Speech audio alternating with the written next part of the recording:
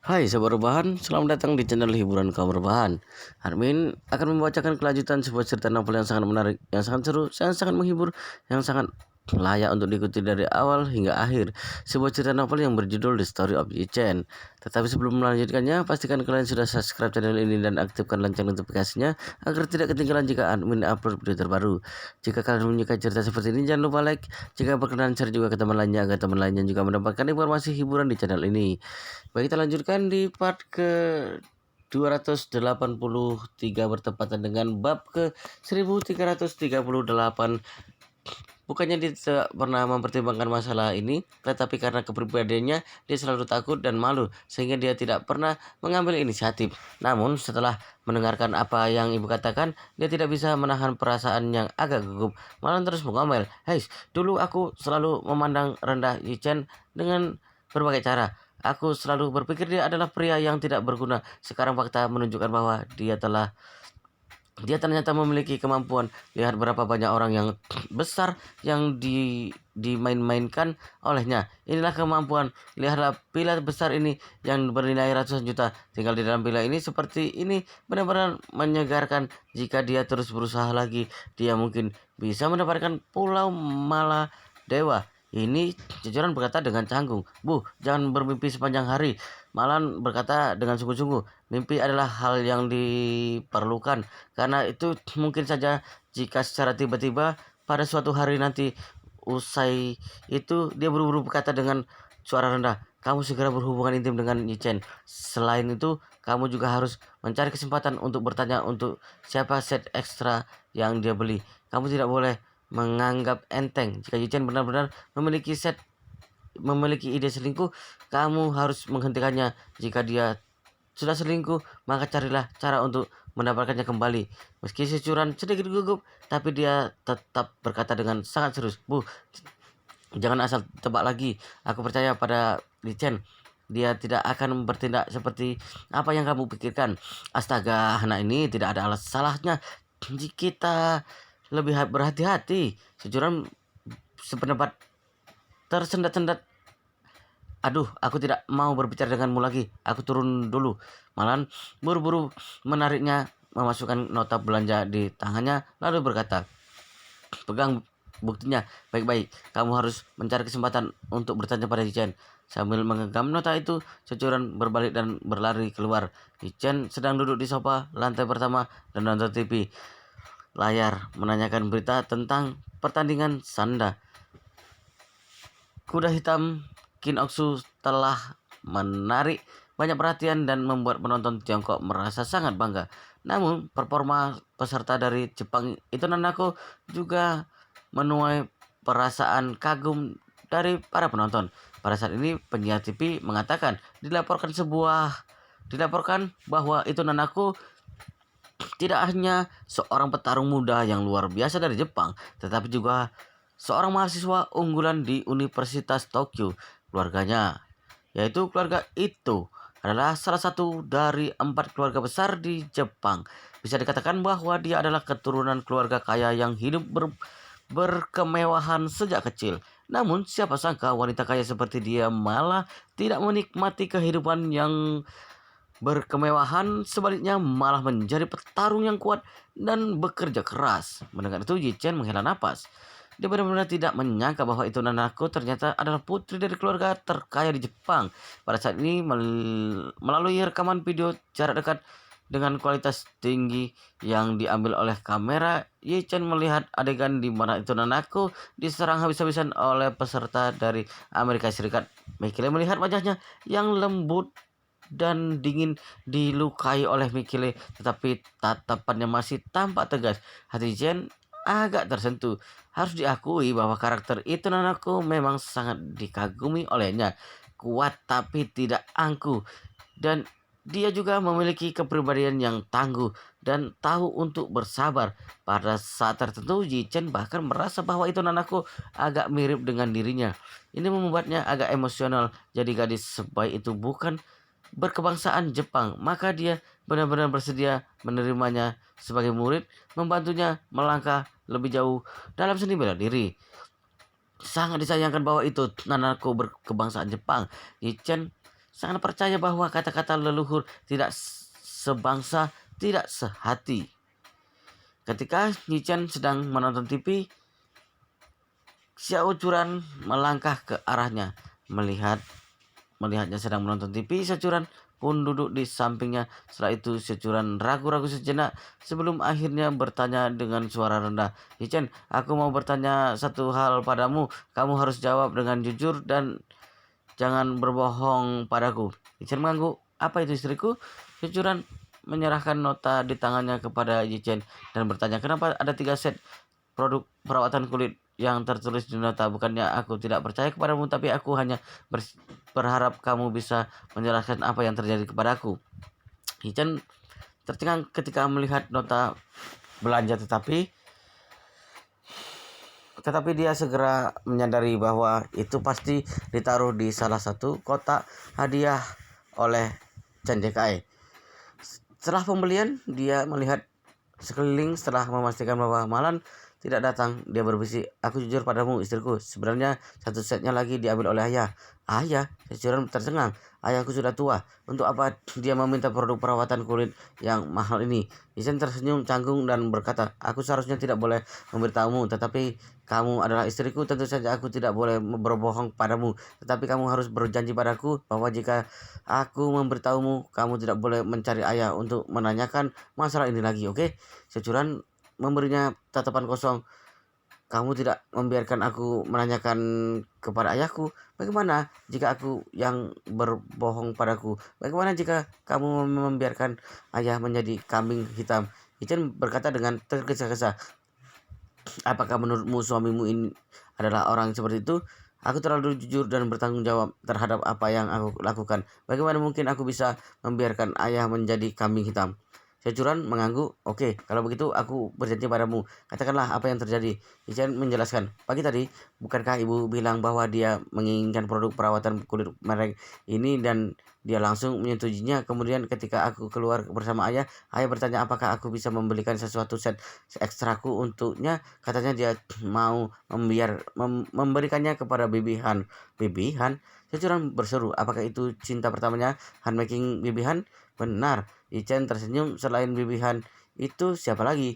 Securan berkata dengan marah, "Ayah masih berkontak dengan Bibi Han. Ketika ibu hilang, dia pergi makan bersama Bibi Han. Itu tidak apa-apa. Sekarang ibu sudah kembali, tapi kenapa mereka berdua masih berkontak?" Ichen berkata, "Sebagai anak, kita sebaiknya tidak usah ikut campur. Lagi pula ayah dan ibu sudah berpisah sekarang." Securan menghela napas. Walau mereka sudah berpisah, tetapi mereka belum bercerai.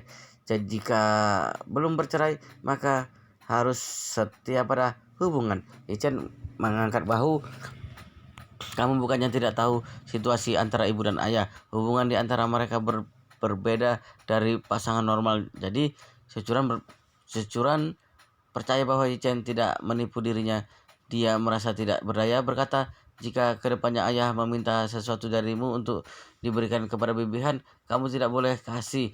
Walau kita tidak ikut campur dalam masalah ini, kita juga tidak boleh berdiri di pihaknya." Yichen segera setuju. "Baik istriku, aku tahu. Jangan khawatir." Pada saat ini rumah sakit umum Jinling.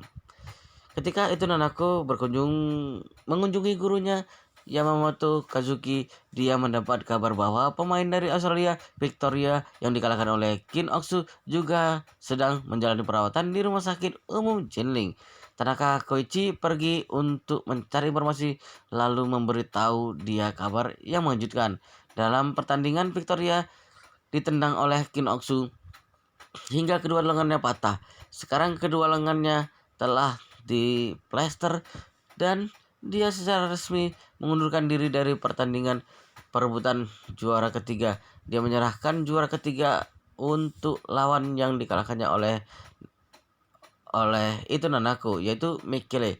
Victoria tidak hanya mundur dari pertandingan kali ini, tapi juga kemungkinan besar untuk pensiun. Bagi seorang atlet sanda, lengan sangat penting. Setelah lengan patah, sulit untuk pulih ke kondisi awal. Walaupun sudah sembuh, ini merupakan dampak seumur hidup bagi seorang atlet profesional. Sangat mungkin bahwa karirnya akan hancur begitu saja. Itu Nanaku terguncang oleh kabar ini. Dia tahu bahwa kedua lengan Victoria terluka dalam pertandingan, tetapi dia tidak tahu bahwa ternyata Victoria mengalami cedera sedemikian serius. Victoria juga merupakan atlet sanda tingkat profesional, tetapi kedua lengannya malah dipatahkan oleh tendangan Kin Oksu. Hal ini membuktikan bahwa kekuatan fisik Kin Oksu jauh melampaui orang normal. Meskipun itu Nanaku lebih kuat dari Victoria, tapi dia hanya lebih unggul dalam keterampilan dan pengalaman. Mengenai kekuatan fisik, dia masih kalah dari Victoria yang berkulit putih dan bertubuh kekar. Bahkan Victoria pun tidak bisa menahan tendangan dari Kin Oksu. Apa yang akan terjadi padanya saat bertanding dengan Kin Oksu pada lusa hari? Tampaknya dirinya akan sangat berbahaya. Setelah mendengar kabar itu, Yamamoto Kazuki tidak bisa menahan diri untuk tidak menghela nafas dan berkata, "Nanako, menurutku kamu sebaiknya menyerah saja." Itu Nanako bertanya dengan heran, "Guru, apa maksudmu? Mengapa kamu menyuruhku menyerah sekarang? Bukankah kamu bilang bahwa orang kuat sejati tidak akan pernah menyerah tanpa bertanding lebih dulu?" Yamamoto Kazuki mendesah, "Itu hanya terjadi pada situasi normal. Sekarang kamu juga tidak melihat bahwa Kin Oksu sangat kuat.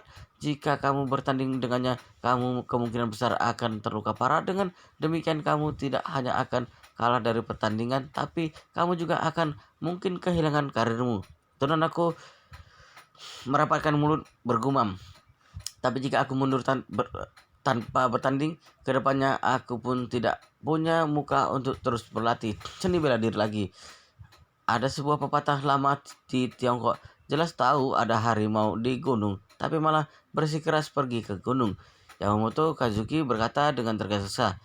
Juga ada pepatah lama yang lain di Tiongkok, selama pegunungan hijau ada, maka tidak perlu takut tiada kayu bakar. Kalau kamu benar-benar terluka parah, karirmu pun akan hancur. Itu Nanako berkata dengan tegas, "Guru, aku berusaha susah payah sehingga bisa mendapatkan pujian dari Yi Chen hari ini. Kalau aku menyerah, dia pasti akan memandang rendah diriku. Jadi aku tidak akan kabur. Sebaliknya aku pasti akan berusaha semaksimal mungkin pada pertandingan final nanti. Walau aku mungkin akan kalah, aku juga harus kalah dengan bermartabat." Yamamoto Kazuki menghela nafas berat. "Hais, jika Jichen bersedia menerimamu sebagai murid, maka semua ini pun tidak sia-sia." Namun sikap Jichen jelas menunjukkan bahwa dia tidak mau menerimamu, bahkan jika kamu berperforma baik di depannya. Itu juga tidak berguna. Baginya kamu hanyalah orang luar negeri yang berbeda kebangsaan dengannya. "Tidak masalah." Itu Nanaku tersenyum tipis dan berkata dengan lembut, "Tidak masalah apakah dia mau menerimaku sebagai murid atau tidak. Aku hanya tidak ingin dipandang rendah olehnya." Yamamoto Kazuki mengenal itu Nanako dengan baik. Dia tahu bahwa tekad sudah bulat. Dia tidak mungkin bisa mengubah keputusannya sekarang. Oleh karena itu, dia menoleh ke arah Tanaka Koichi di sebelahnya dan berkata, "Tanaka, jika nona itu terluka pada pertandingan, kamu harus melempar handuk ke wasit tepat waktu, mengerti?" Ketika Tanaka Koichi hendak mengangguk, itu Nanako berseru dengan ekspresi dingin, "Tanaka, kamu tidak boleh melempar handukmu saat itu. Dalam pertandingan ini, aku dapat menerima kekalahan dalam bentuk apapun, tapi aku tidak akan menerima kekalahan dengan cara menyerah." Sucangkun tidak makan di rumah malam ini. Katanya dia mau makan malam bersama beberapa pimpinan asosiasi kaligrafi dan lukisan serta beberapa anggota kunci dari Universitas Lonian. Ketika pukul 9, Secangkun menelepon Yichen. Ketika Secangkun menelepon kemari, Yichen sedang menonton TV bersama istrinya di ruang tamu. Malan mertua menggunakan masker kaviar anti penuaan berbaring di sofa dengan kaki terlipat mengusap aplikasi video pendek dengan santai sambil bergumam. Gadis Jepang yang datang ke Jinling untuk berpartisipasi dalam pertandingan sanda memang terlihat sangat cantik. Ichen tahu bahwa Malan pasti sedang membicarakan itu Nanaku. Sebelum dia sempat berbicara, ponselnya bergetar. Melihat bahwa orang yang menelpon adalah Seo Changkun, Dia pun angkat dan berkata, "Halo ayah." Suara Xiao Changkun terdengar sedikit mabuk. Dia tersenyum dan berkata, "Oh, menantuku yang baik, bisakah kamu datang untuk menjemputku di Mansion Siang? Aku baru saja minum alkohol." Yichen tidak tahu terlalu banyak berpikir, langsung menjawab, "Oke, ayah, aku akan pergi sekarang juga." Usai itu, ia berdiri dan berkata, Bu, Curan, aku akan menjemput ayah. Dia baru saja minum dengan orang-orang di Asosiasi Kaligrafi dan Lukisan." Curan berdiri dan berkata, "Yichen, aku pergi bersamamu." Shen tidak banyak berpikir, mengangguk ringan lalu berkata, "Oke, kalau begitu bawa mobilmu saja." Ketika Malan mendengar secangkun minum di luar, dia agak kesal. Bajingan tua ini semakin lancang sekarang. Menantu yang baik tidak usah jemput dia, biarkan dia pulang sendiri. Ketika dia pulang, aku akan mengunci pintu dan tidak membiarkannya masuk. Biarkan dia di luar di halaman saja. Yichen angkat bahu dan berkata, "Bu, kamu dan ayah sebaiknya tetap menjaga hubungan yang baik. Kita semua hidup di bawah atap yang sama. Walau kalian sudah terpisah, kalian juga harus hidup rukun." Malan sangat cerdik. Dia segera menyadari bahwa Yichen sedang mengingatkan dirinya. Dia diam-diam ngomel di dalam hati, "Meskipun aku dan Xiao Changkun sudah berpisah, tetapi kami masih tinggal di villa milik Yichen. Yichen pasti tidak ingin melihat kami bertengkar terus-menerus. Jika nantinya Yichen marah, kerugiannya akan sangat besar." Jadi dia hanya bisa membuang amarahnya pada Xiao Changkun, berpura-pura berkata dengan tidak senang, "Sebenarnya aku juga malas untuk bertengkar dengan orang seperti dia. Sesudah kakiku sembuh, aku akan memperbaiki gigiku dan mulai bermain setiap hari. Kami berdua tidak akan saling mengganggu." Begitu Yichen mendengar itu, dia segera berkata sambil tersenyum, "Oke, saling menghormati dan saling tidak mengganggu. Ini hal yang sangat baik."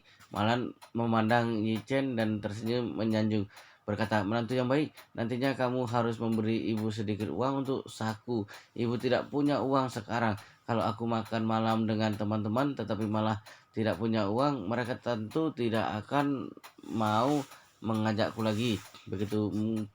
Bagaimana mungkin Yichen tidak memahami maksud Malan? Apa yang dia pikirkan sepanjang hari hanyalah uang, merawat muka, bermain kartu, dan hidup mewah. Sekarang dia tidak bisa punya uang dan tidak keluar untuk main hanya karena kakinya benar-benar masih belum pulih.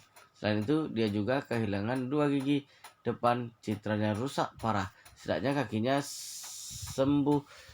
Setelah kakinya sembuh dan giginya ditambal, dia pasti mau keluar setiap hari. Jika tidak punya uang, entah kekacauan apa yang akan ditimbulkannya lagi. Bagi Chen, jika dia bisa diatasi dengan diberikan sedikit uang, maka itu cukup baik. Oleh karena itu, Yichen berkata dengan tenang, "Bu, setelah kakimu sembuh dan gigimu sudah ditambal, nantinya aku akan memberimu uang saku 50.000 yuan. Benarkah?" Malan langsung senang. Uang jajan 50.000 sebulan memang banyak. Dulunya ketika dia punya 2 juta, dia bahkan tidak rela menghabiskan sedemikian banyak dalam sebulan. Sebenarnya pengeluaran harian Malan hanya bermain kartu, berbelanja dengan teman-temannya, melakukan perawatan muka, makan karaoke, dan kadang-kadang membeli pakaian produk perawatan kulit dan lain-lain. Uang saku 50.000 sebulan sudah lebih cukup. Dia berkata dengan penuh semangat kepada Yichen, "Menantuku yang baik, kenapa dulunya ibu tidak menyadari bahwa ternyata kamu sedemikian unggul?" Yichen tersenyum tanpa mengatakan sepatah kata pun. Jika dia tahu lebih dari awal bahwa seperti Malan dapat ditangani hanya dengan 50.000 sebulan, dia pasti akan menghabiskan uang itu sejak awal untuk mendapatkan hidup yang lebih tenang. Sekarang Malan hanya berpikir untuk menjilat pantat Yichen. Dia sengaja berkata kepada securan dengan penuh makna, "Oh Curan, kamu sudah tidak muda. Kamu dan Yichen sudah menikah selama hampir 4 tahun. Menurutku sudah waktunya kalian berdua memiliki anak. Sekarang bila segitu besar hanya ditinggali kita berempat, memang agak sepi. Bayangkan ada anak kecil yang berlarian ke sana ke sini, betapa ramainya itu." Yichen terkejut ketika mendengar itu. Bagus sekali, ibu mertuanya benar-benar pecinta uang sejati. Sepertinya dia benar-benar tunduk pada uang. Harus diketahui bahwa dulunya dia berulang kali untuk mengingatkan securan untuk tidak berhubungan intim dengannya. Hichen masih ingat bahwa pada suatu pagi wanita tua ini bergegas ke kamar tidur mereka pagi-pagi sekali hanya karena dia bermimpi bahwa mereka berdua sudah berhubungan intim sehingga dia ketakutan dan mau memastikannya dengan mata kepala sendiri. Pernah juga suatu hari Dong Rolin mengajak dia dan istrinya untuk pergi ke pemandian air panas. Setelah mengetahui hal itu, wanita tua ini lagi-lagi mencari cara agar dia tidak mengapa-ngapakan istrinya. Wanita tua ini terus mengingatkan agar istrinya tidak memakai bikini, menyuruhnya istrinya berpisah kamar dengannya. Tidak disangka sikap wanita tua ini akan mengalami perubahan 180 derajat. Oleh karena itu, Yi Chen segera mengangguk setuju. Bu, kamu benar sekali. Keluarga kita memang kekurangan seorang anak. Oh tidak, 2 anak. Malan tertawa. Menurutku kalian sebaiknya melahirkan 3 anak. Nantinya aku akan merawat anak kalian dengan sepenuh hati. Ichen tersenyum dan berkata, Bu, nantinya kamu akan kewalahan. Malan buru-buru berkata, aduh, menantuku yang baik, jangan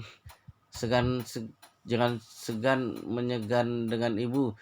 Bukankah hal yang normal bahwa nenek merawat cucu? Ichen mengangguk ketika melihat cucuran tersipu. Dia kegirangan. Tampaknya selama uangnya ada, mudah sekali untuk membiarkan Malan berpihak padanya. Jadi dia sengaja berkata kepada Malan dengan ekspresi serius, Bu, kami tidak boleh membiarkanmu bekerja dengan sia-sia begitu saja. Aku akan memberikanmu 100.000 sebulan untuk setiap anak yang kamu rawat. Astaga, Malan bangun dari sofa dengan gembira. Benarkah 100.000 sebulan untuk setiap satu anak yang kurawat? Kalau rawat 2 anak berarti 200.000. Ichen mengangguk. Bu, aku tidak pernah mengingkari janji.